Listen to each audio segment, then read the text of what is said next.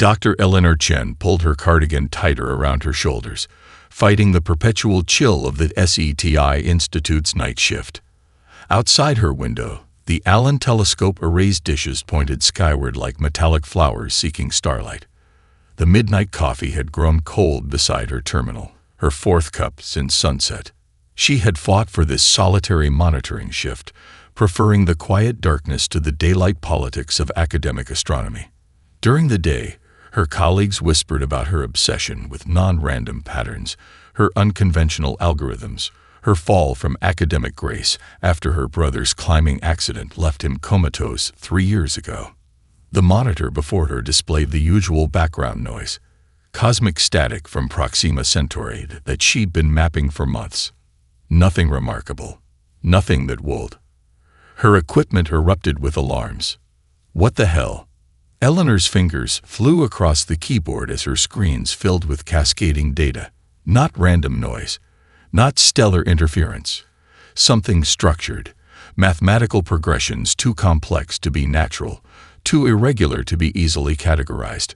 Heart pounding, she initiated her customized detection protocol, a controversial algorithm she developed based on her brother's unfinished theories about consciousness imprinting.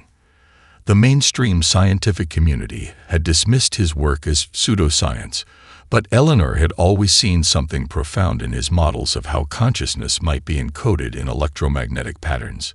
The data stream intensified, patterns shifting whenever her equipment locked onto them, almost as if they were responding to being observed. Eleanor worked frantically, isolating a sequence that repeated with subtle variations. She was so absorbed that she didn't hear the laboratory door open. Dr. Chen, another late night chasing ghosts.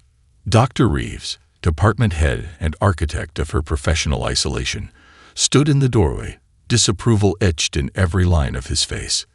This isn't noise. Eleanor gestured to her screens. Look at these patterns. They're responding to observation parameters. They're equipment malfunction, Reeves interrupted. Or signal contamination. The board meeting tomorrow will be reviewing all departmental funding. I suggest you don't mention your persistent ideas about alien mathematics. His smile didn't reach his eyes. Your grant renewal is already on shaky ground. After he left, Eleanor stared at her monitors. The signal was growing stronger by the minute. Career suicide or not, this required documentation.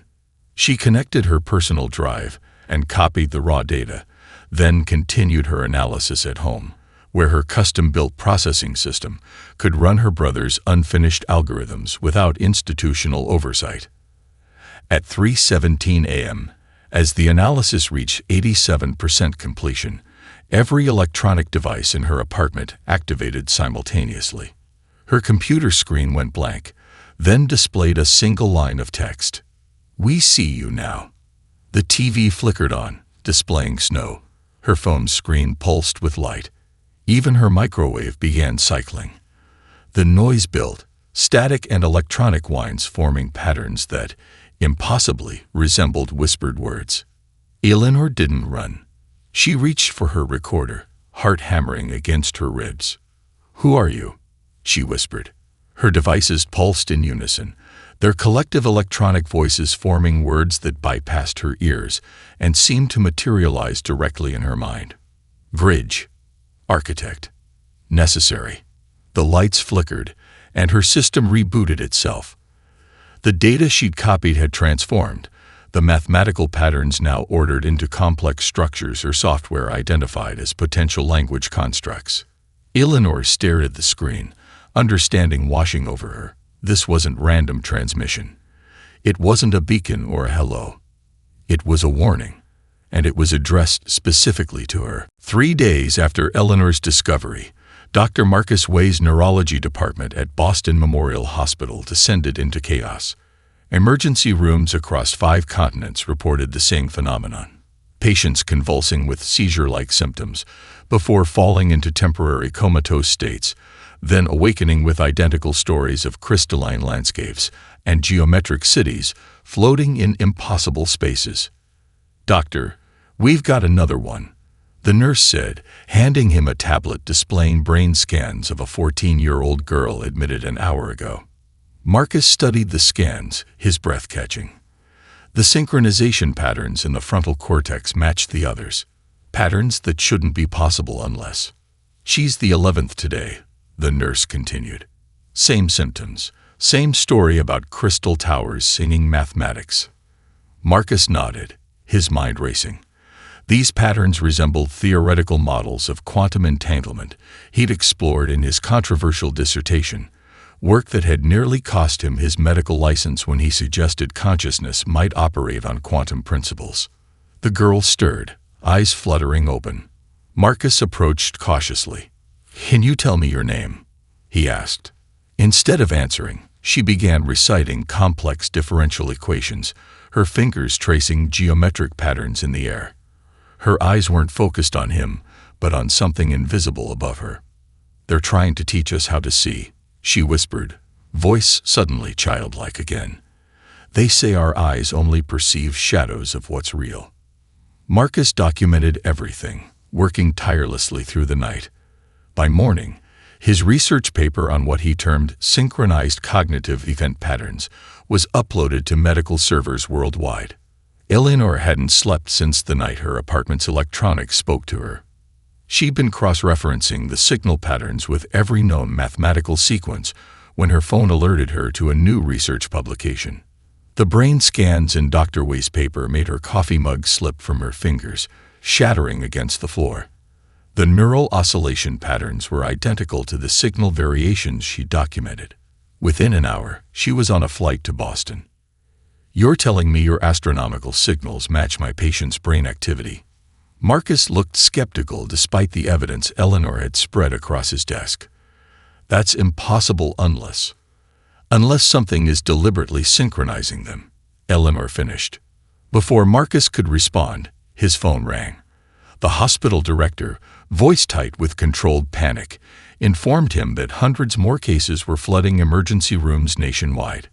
News outlets were calling it an epidemic of dream seizures. "The onset was exactly 72 hours after I recorded the first signal," Eleanor said when he hung up. "That can't be coincidence." Marcus ran his hands through his disheveled hair. "My patients are demonstrating impossible cognitive abilities. The teenage girl is solving quantum physics problems she couldn't possibly understand. A truck driver with no musical training is composing mathematical symphonies." Eleanor's phone chimed with a text message from her mother. "K.O. old me, I'm M.E.D.A.T.E.O. It's David." Her brother, her comatose brother. The long-term care facility was in disarray when they arrived. David Chen, immobile for 3 years following his climbing accident, was sitting upright, eyes wide, drawing complex geometric patterns on any surface he could reach. "Ellie," he said when he saw her, using her childhood nickname.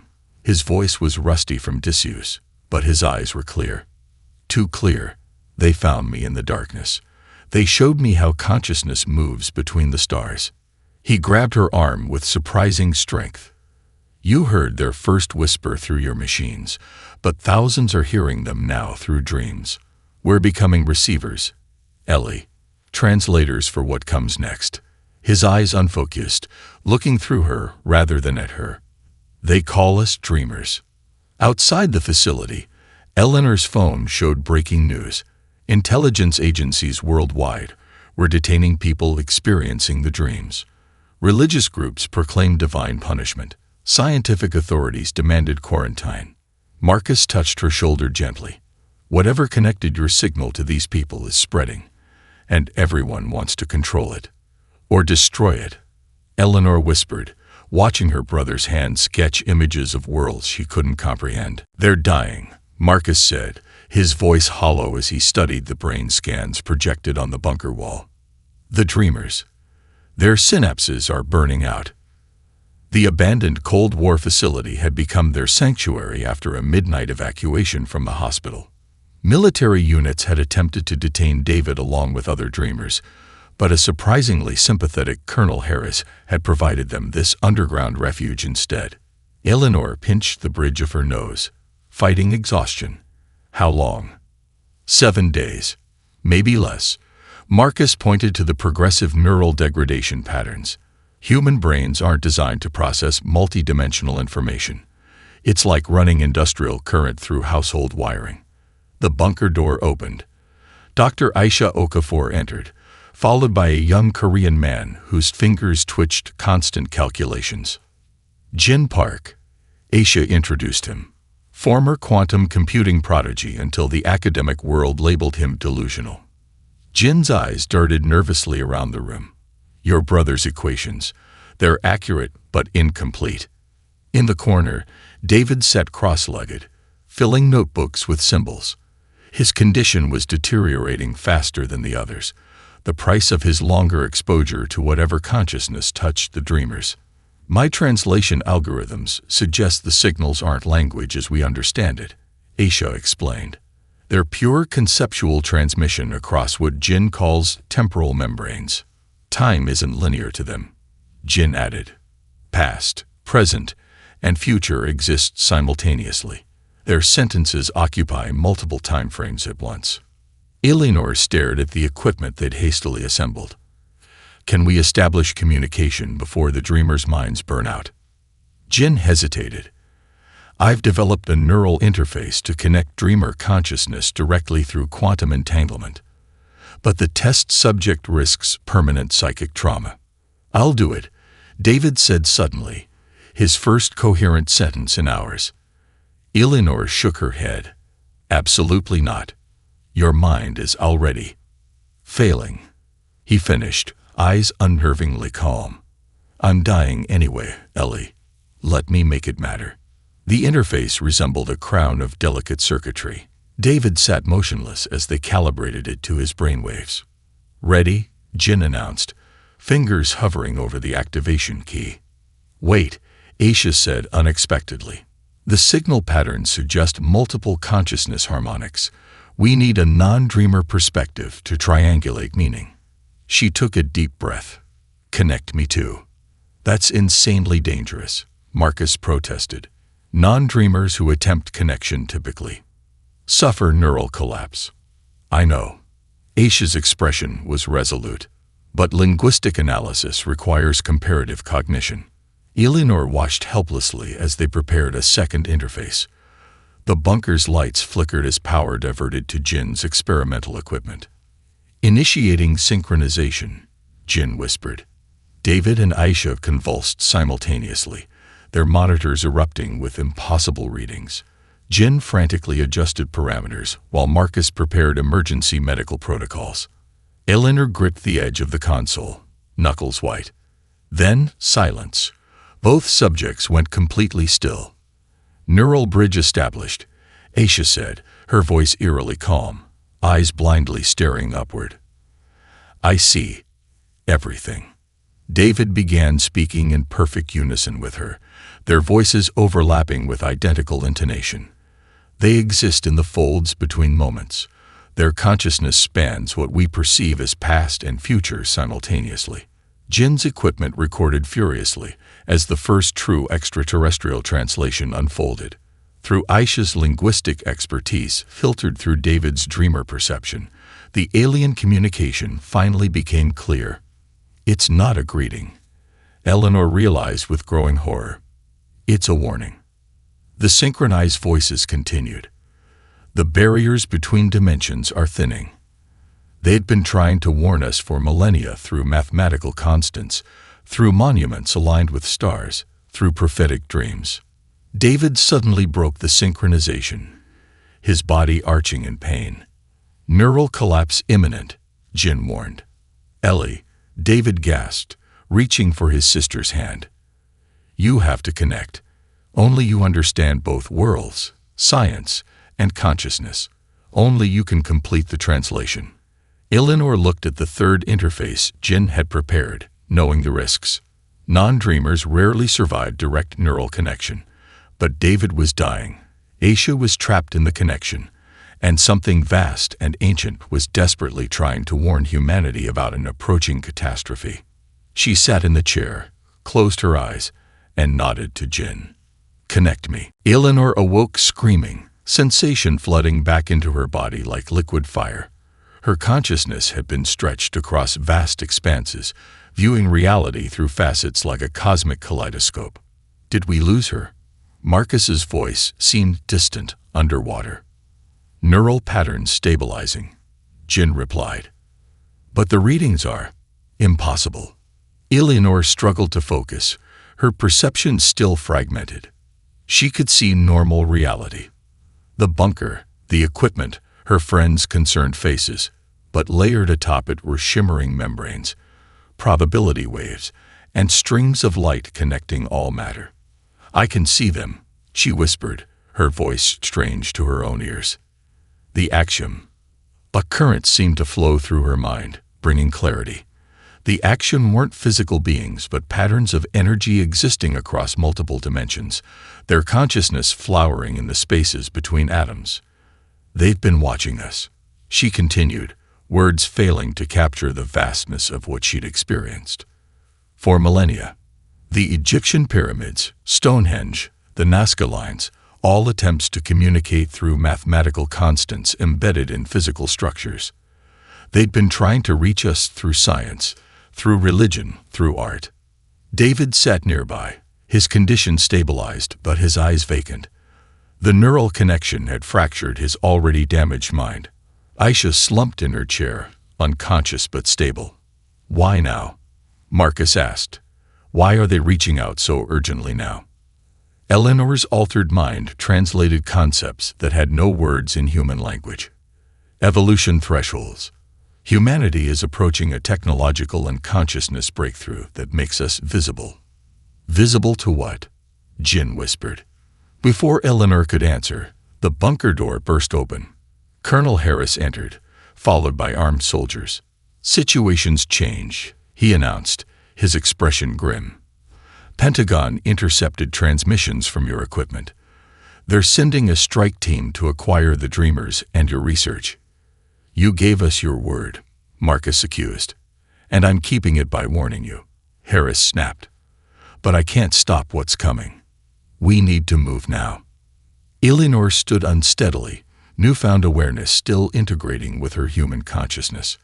The military can't control this. What's happening is beyond nations or politics. I know, Harris admitted. That's why I'm here instead of following orders. What exactly are we dealing with, Doctor?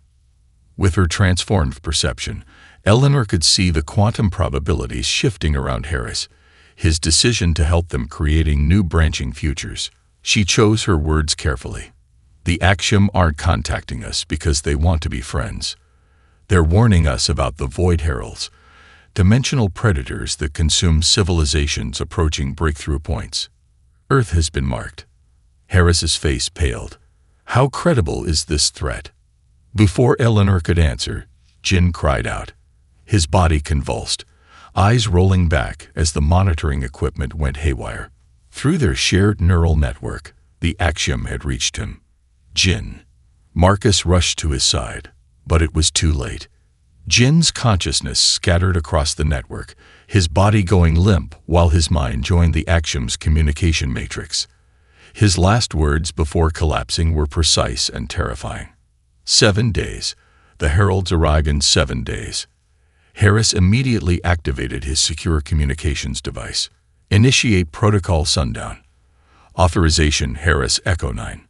Eleanor watched probability waves shimmer around them as futures narrowed.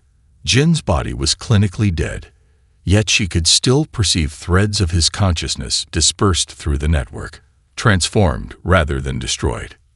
What have you done? She whispered to the empty air, knowing the Axiom would perceive her thoughts. Their answer came not in words but in understanding. Jin had volunteered his consciousness as a permanent interface between dimensions. His sacrifice had bought humanity time, but at a terrible cost. David suddenly stood, his movements jerky. He's still here, Ellie.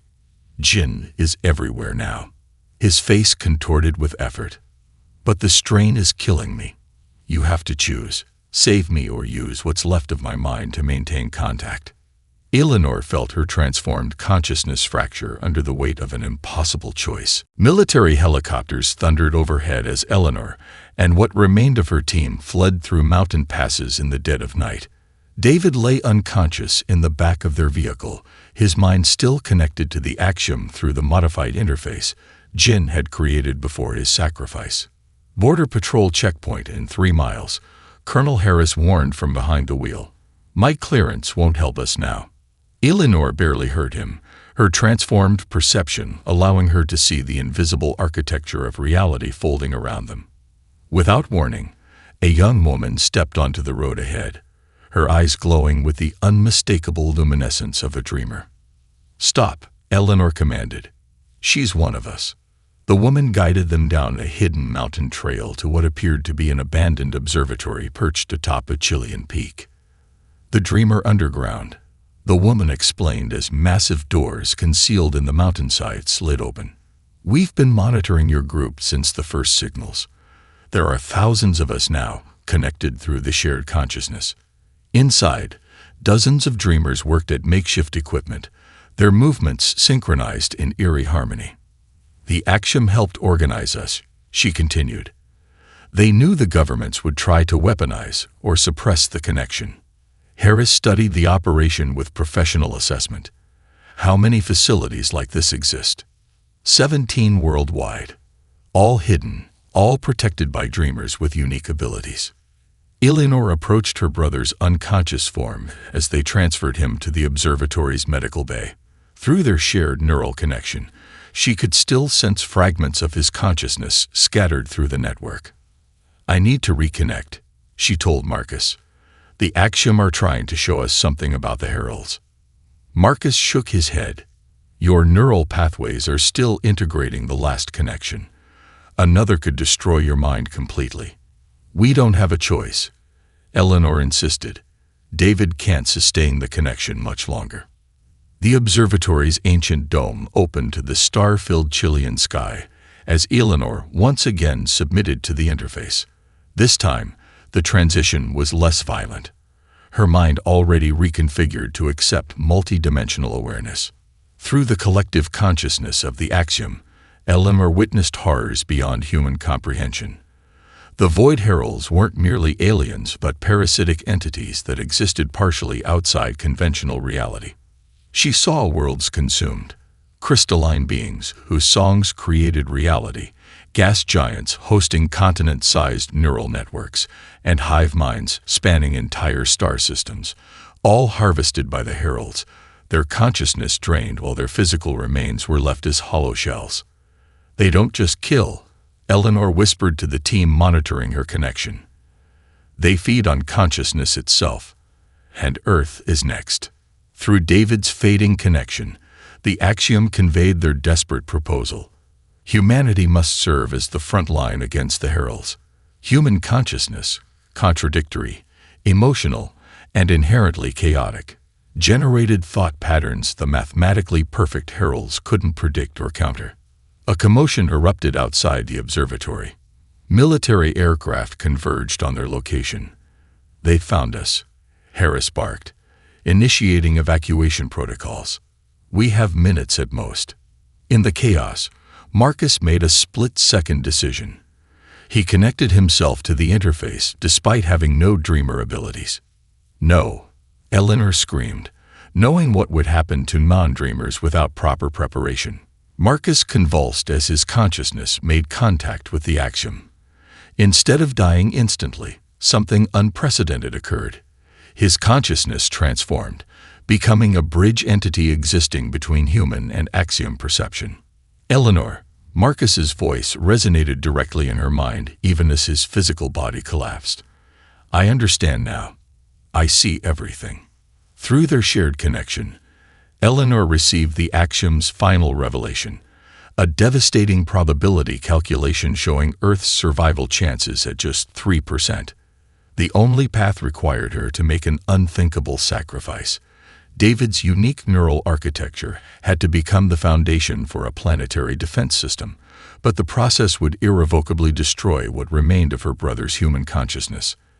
As the first explosions rocked the observatory's foundations, Eleanor faced the impossible choice between her brother's life and humanity's survival. Mass murderer. Eleanor stared at the holographic news projection hovering in the command center of the Dreamer Underground's main facility. Her face was everywhere, labeled as the sacrificer after leaked footage of her decision to use David's neural architecture as the foundation for humanity's defense system went viral. Global riots had erupted overnight. Religious leaders declared the Dreamers demonic vessels. Military forces in 17 countries had orders to detain Dreamers on site, and Eleanor Chen had become the most hated figure in human history. "They don't understand," Aisha said quietly. "They can't comprehend what's coming." Colonel Harris entered, his uniform replaced by civilian clothes, his expression grim. "Pentagon believes I died in the observatory assault. That gives us a temporary advantage." He placed a small device on the center table. "Military override codes. Every defense system on the planet." Eleanor looked up sharply. "Why?" "Because I've seen what you've seen through the Dreamer Network. Because humanity's survival matters more than nations or politics." His eyes reflected the weight of his choice. "What's your plan?" Eleanor's transformed perception allowed her to see probability waves shimmering around them, countless futures branching and collapsing as decisions were made. Most paths led to extinction, but one gossamer thread of possibility remained. "We need to show everyone the truth," she said. "All of it." 30 minutes later, global broadcast systems simultaneously overrode their programming. Eleanor's face appeared on screens worldwide as she used Harris's codes to bypass security protocols. "I won't ask forgiveness," she began, "but I will show you why." What followed was unprecedented. Direct neural transmission of Eleanor's consciousness record. Viewers experienced fragmented visions of the Axiom, the destroyed civilizations, and the approaching heralds. More importantly, they felt the terrible weight of her choice to sacrifice David. As the transmission ended, something unexpected happened. The Dreamer Network, now spanning millions worldwide, synchronized. For 17 seconds, every human on Earth with even latent Dreamer abilities shared consciousness. And they weren't alone. "We call ourselves the Lithians," the crystalline entity explained, its thought patterns translated through the neural network.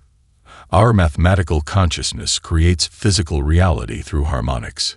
The holographic projection showed a species whose bodies resembled intricate crystal formations, their thoughts manifesting as complex geometric patterns. The nomads indicated another presence, shapeshifters whose liquid silicon forms constantly reconfigured. "We have fled the heralds across 12 galaxies." A third consciousness joined, represented by interlinked patterns resembling mycelium networks. The collective spans hundreds of worlds through fungal connections. "We have fought the heralds for millennia."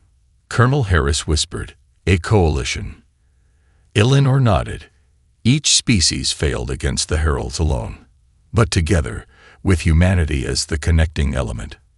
"Your contradictory consciousness exists in quantum superposition," the Lithian explained. "Simultaneously logical yet emotional, individual yet collective. The heralds cannot predict your thought patterns."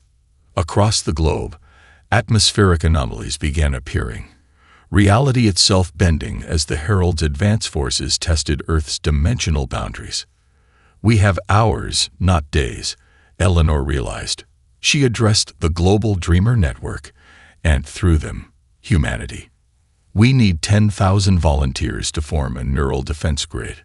The process will permanently transform your consciousness. You will never return to normal human existence." She expected hesitation. Instead, the neural network flooded with volunteers, millions offering themselves despite knowing the cost. As the first Void Herald scouts breached Earth's atmosphere, Eleanor felt something she hadn't experienced since the signal first appeared: hope. Harris studied the tactical displays showing Herald scout ships materializing over major cities.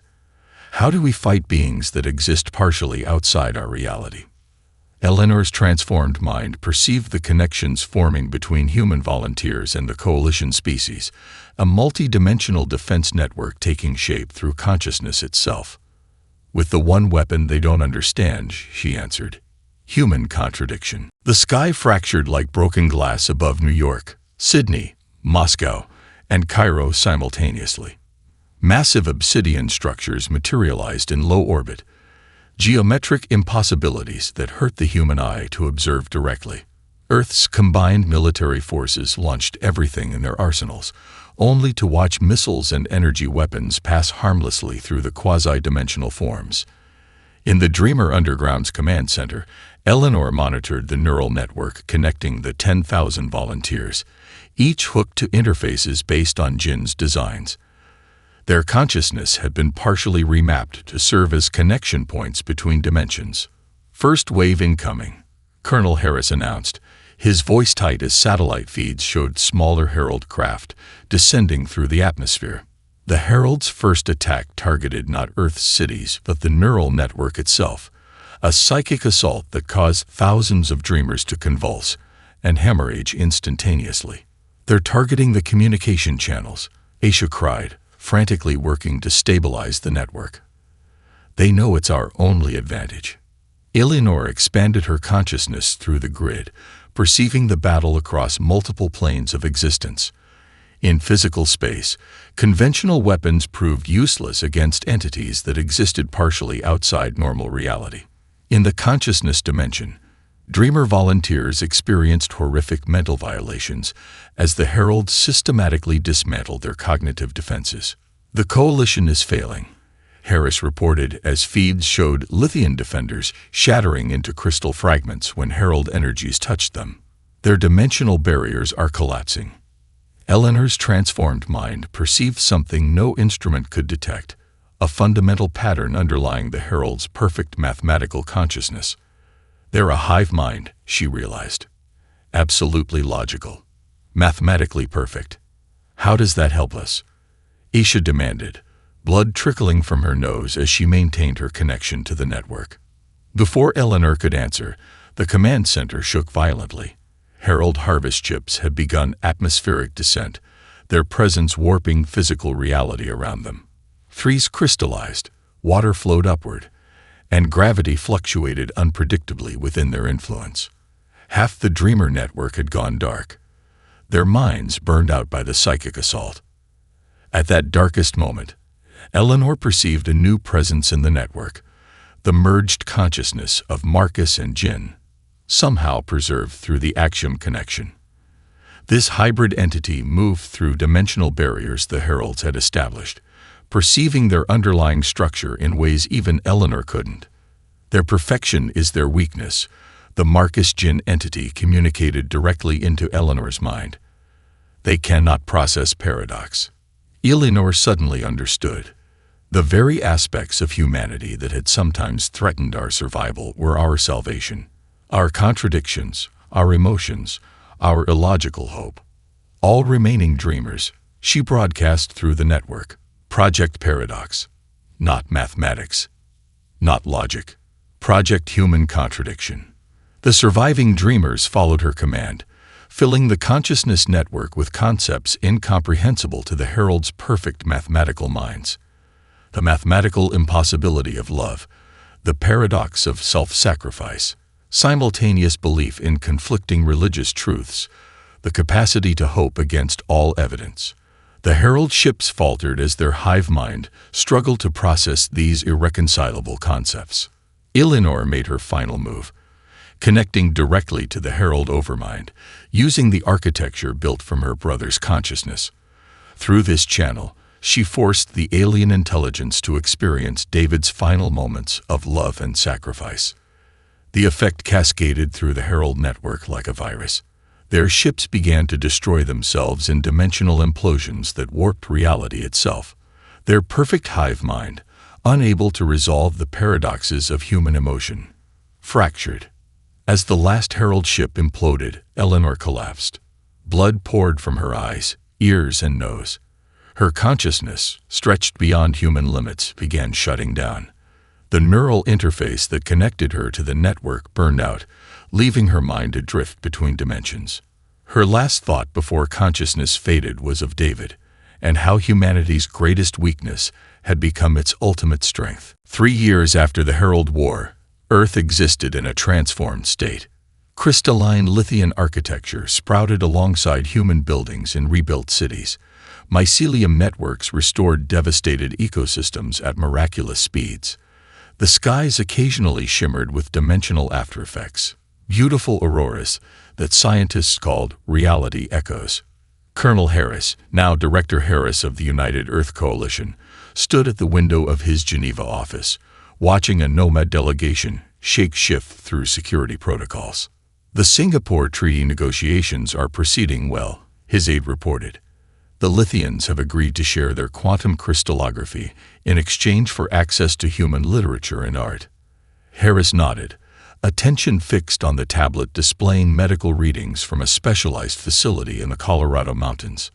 Eleanor Chen still lay in suspended animation, her body alive, but her consciousness seemingly obliterated by direct contact with the Herald Overmind.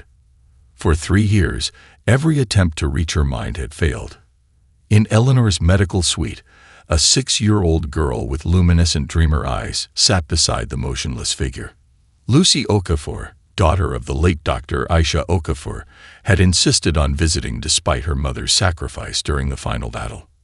"I can hear you," Lucy whispered, small fingers touching Eleanor's hand. The monitoring equipment exploded with activity. Through Lucy's unprecedented dreamer abilities, the first child born after the dimensional contact, Eleanor's consciousness finally communicated. The truth stunned even Harris. Eleanor hadn't been destroyed but expanded beyond normal dimensional constraints. She'd experienced 3 centuries in a timeless state, communicating with entities beyond even the Axiom's understanding. The heralds were merely servants, Lucy relayed, her child's voice carrying Eleanor's profound revelations.